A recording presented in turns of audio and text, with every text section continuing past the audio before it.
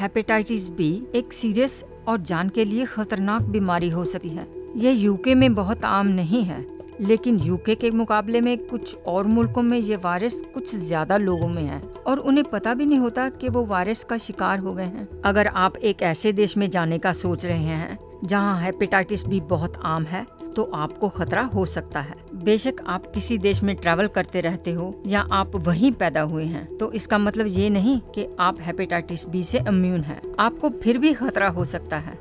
आप hepatitis B के contact में आ सकते हैं और दूसरे हेपेटाइटिस बी को बिना जाने किसी और को दे भी सकते हैं।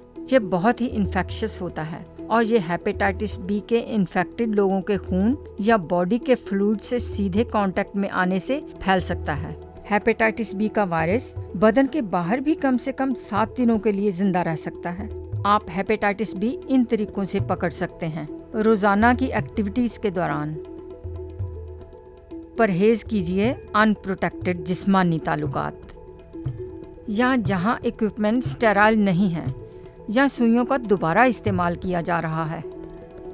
कई लोगों को ये नहीं पता चलता कि वो हेपेटाइटिस बी से इन्फेक्टेड हैं, क्योंकि हो सकता है कि सिम्टम्स फौरन डेवलप ना हों या कभी हों ही ना।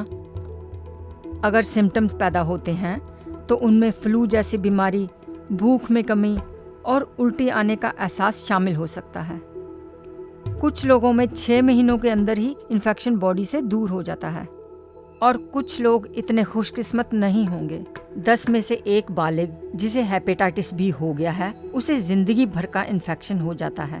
बच्चों में गिनती ज्यादा है, तकरीबन 50% तक 1 से 4 साल के बच्चों को, और सभी 1 साल से कम उम्र के बच्चे जो हेपेटाइटिस बी का शिकार होते हैं, उनको आगे चल के क्रॉनिक इन्फेक्शन हो जाता है। क्रॉनिक इन्फेक्शन से जिंदगी भर की सीरियस बीमारियां हो सकती हैं, जैसे लिवर फेलियर और लिवर कैंसर। आपको कितना खतरा है, ये आप quick and easy risk indicator tool से मालूम कर सकते हैं। अगर आप ट्रैवल करने का सोच रहे हैं, तो आप अपने जीपी से बात करें और सफर करने से कम 1 महीना पहले ट्रैवल क्लिनिक अटेंड करें।